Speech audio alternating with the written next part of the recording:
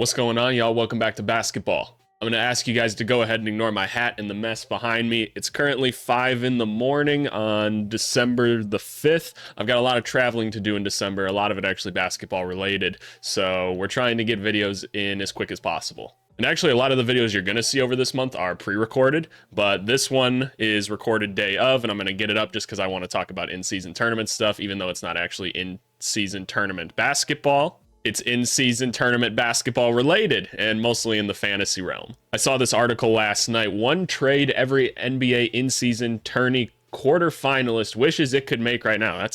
That's a title, but I guess they had to explain it somehow. Shout out to Greg Schwartz for writing this out. I just think it's interesting to think about. I just watched the in-season tournament games last night. I love the in-season tournament, man. It's so much fun. So looking at what teams are in there right now, let's see what kind of moves they would love to make right now if they could. The first one, Lakers bring back Alex Caruso. You're already making me talk about the Bulls, and it's like 5 in the morning, man. I can't with this. But all right, I'm on team. Let's trade everybody on the Bulls too. Don't worry. So what are we getting for Caruso? Alex Caruso, and y'all want Torrey Craig. That's fair. That's a good player. We get back Gabe Vincent. Don't really care. Jalen Hood-Schifino, not very high on him, and a 2024 second-round pick. I think if you're the Lakers in this, yeah, you're thrilled. Vincent hasn't really been too available this year. He's on a contract that I'm guessing is pretty comparable to Caruso at this point. I'd have to imagine it's around the same amount of money, actually. Let me confirm that.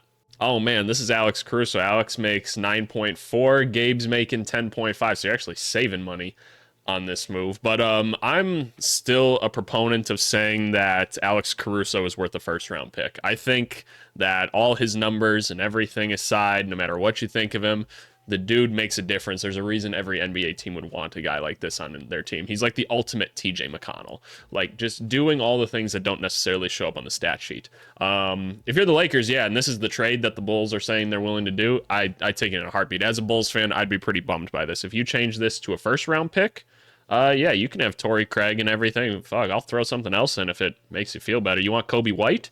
I'll throw Kobe White in too. I don't even care.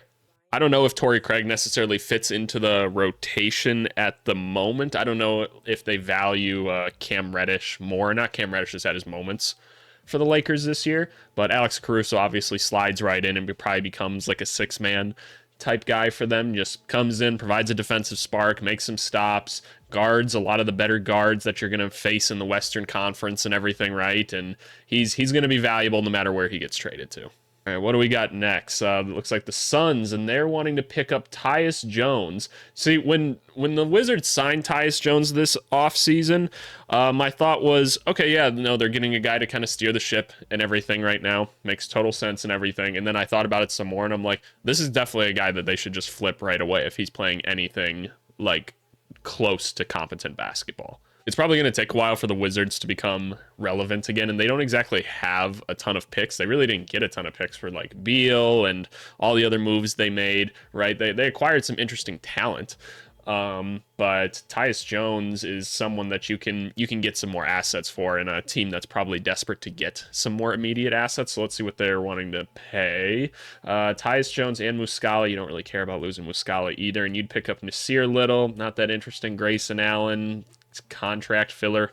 Bull, who currently sees no burn, and you pick up 2 second-round picks.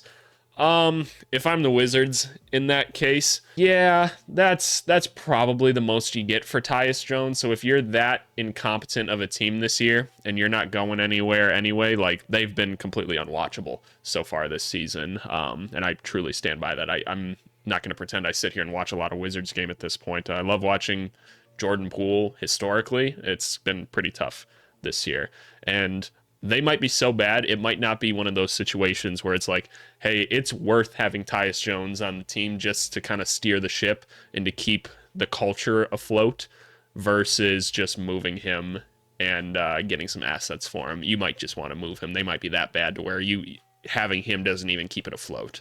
Talking about the Suns picking him up, though, obviously point guard play is something that they are really missing. As of right now, really the only like point guard on the team is like Jordan Goodwin.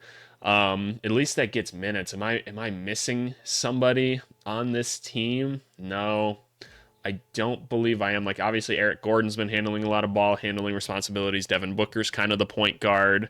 when he needs to be. Grayson Allen can do a little bit, but you're not running a pick and roll with Grayson Allen, right? So picking up like an actual point guard in this roster, and I'm sure their thought is we're just going to wait until the buyout market. But if you're Phoenix, like, and you see Beal coming back and stuff, right? Because you wouldn't be able to trade for Tyus until like January, I would assume. But, you know, if Beal comes back and things are cooking and things are looking good, maybe you bring that point guard in. Help facilitate the offense to all these scorers. What do we got next? OG Anunoby helps Kings get defensive versus Pelicans forwards. Yeah, obviously the Pelicans eliminated the Kings last night. That was a fun game. That was a high energy game. The Pelicans got a nice roster too, man. They got a nice ass team. I feel like OG Anunoby's been rumored a lot to go to the Kings because they just kind of do need like 3-and-D type defender, and OG's probably the best one that's like actively always on the trade market, it seems, right now.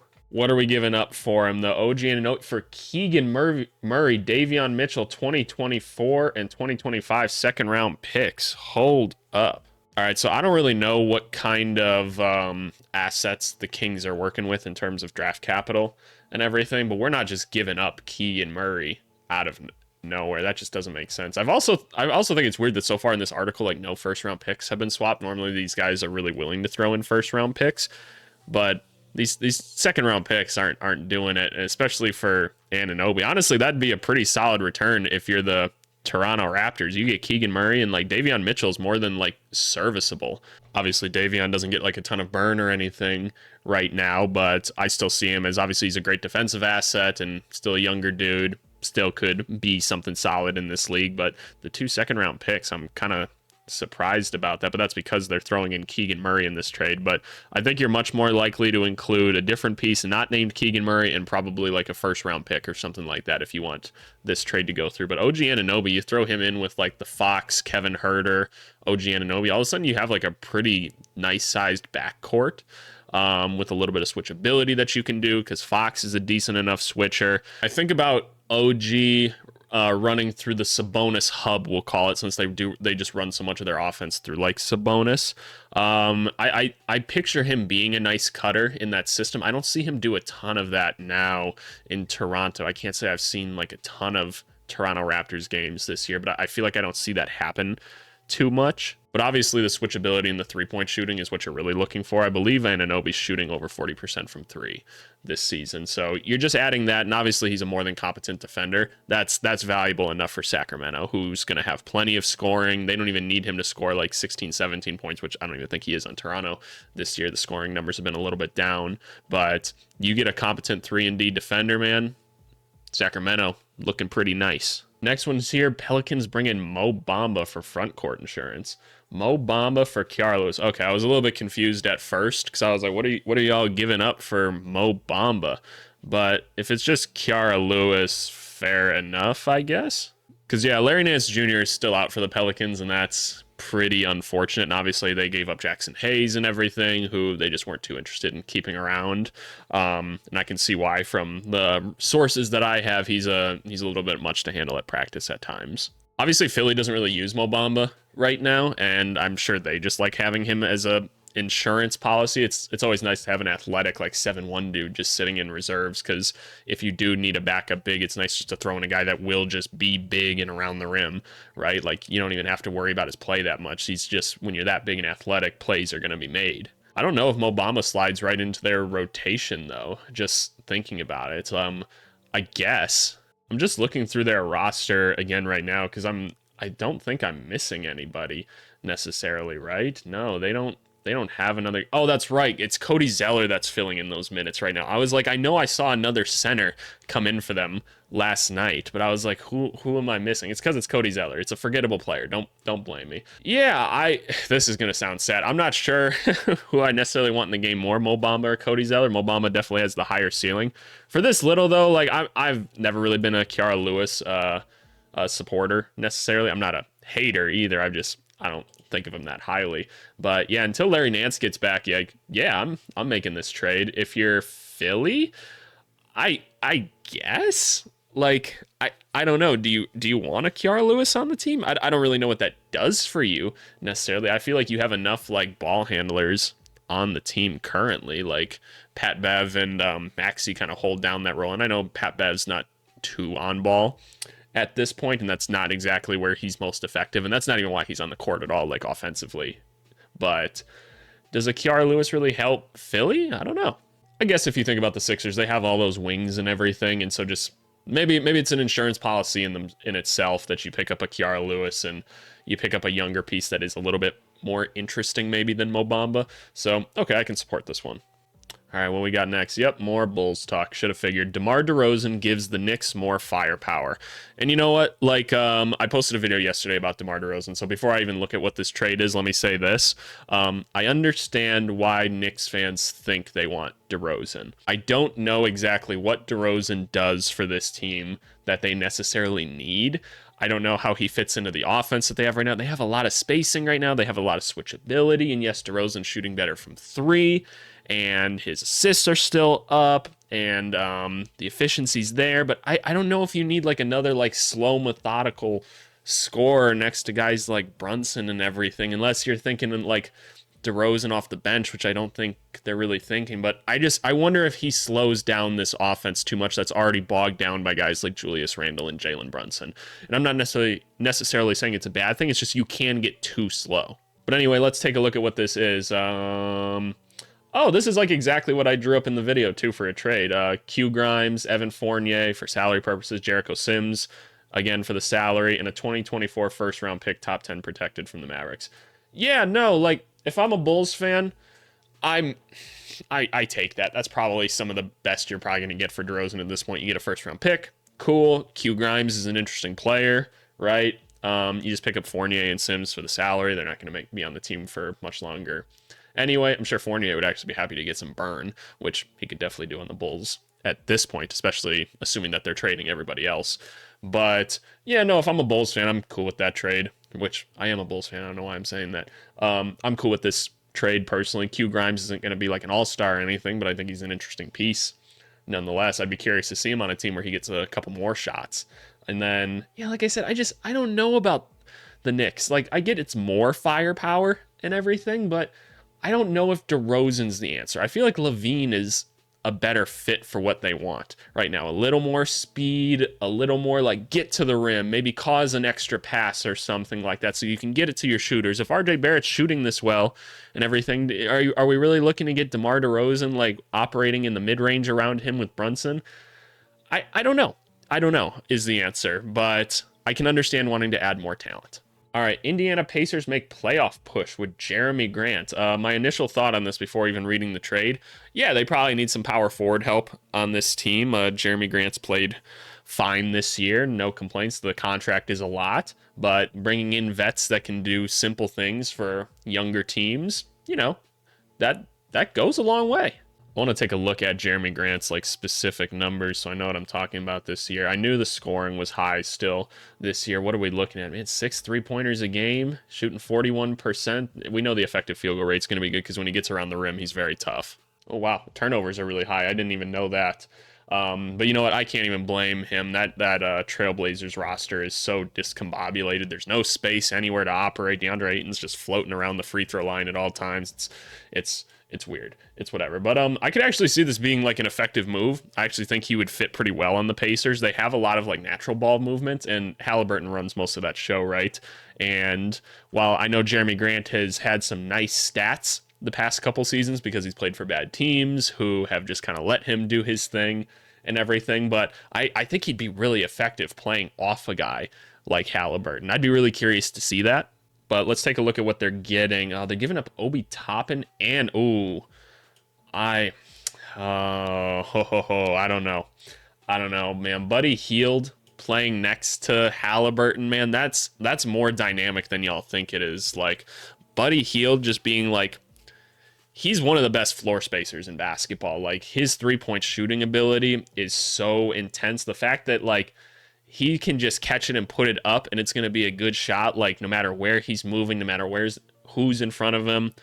That's a big thing to have next to a playmaking guard like Halliburton. I have to imagine they get so many points off of just having Buddy Hield off the team or on the team playing off of Halliburton. Yeah, I don't know, but I understand wanting to add more talent. Jeremy Grant is basically two-step improved Obi Toppin, so I get that. But I don't know what you'd put in this trade to supplement it more. Maybe they're more interested in like a Jalen Smith or something, who I think is an underrated player for Indiana. Oh, I didn't even need to look up the stats. They're just right here. I'm an idiot. Portland comes off the massive salary by removing Grant.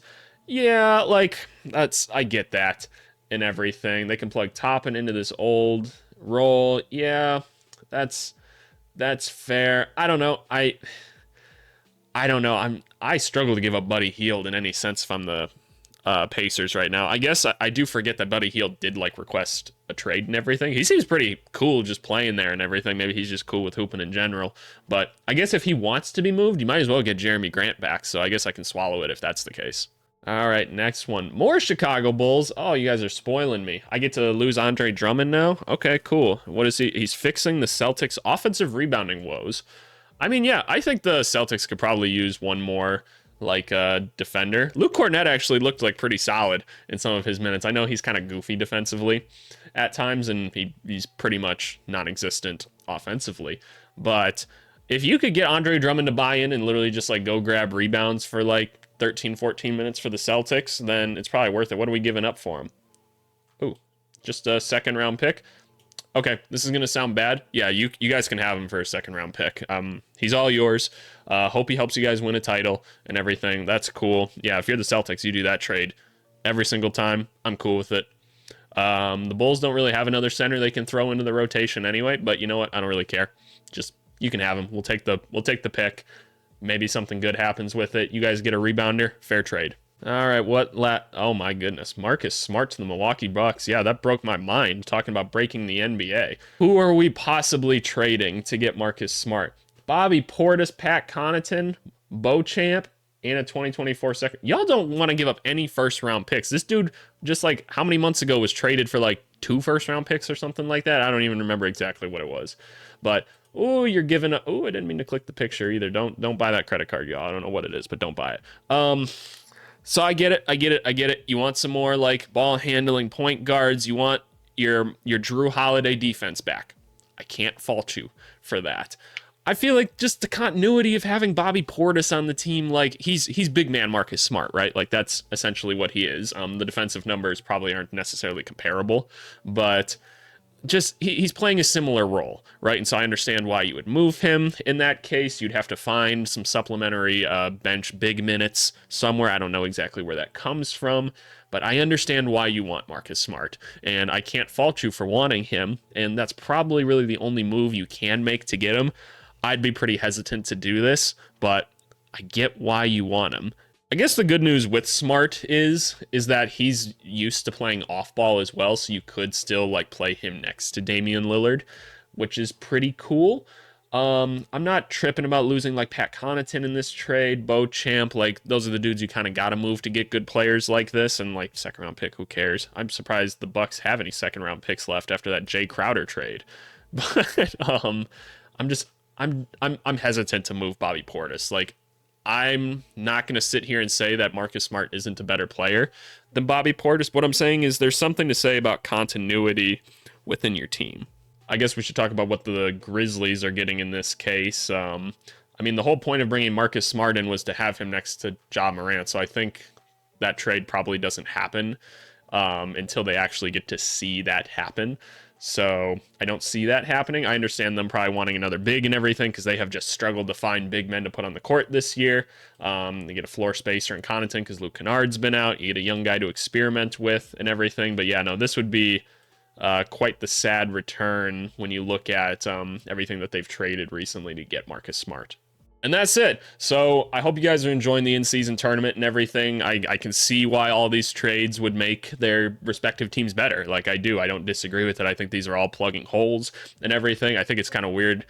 Some of the trades, I feel like it's mostly just to be like, oh yeah, wouldn't it be nice if this guy was on this team right now? Like, yeah, no, absolutely. But let me know what you guys think. What trades should these teams be making? What are you thinking about the in-season tournament?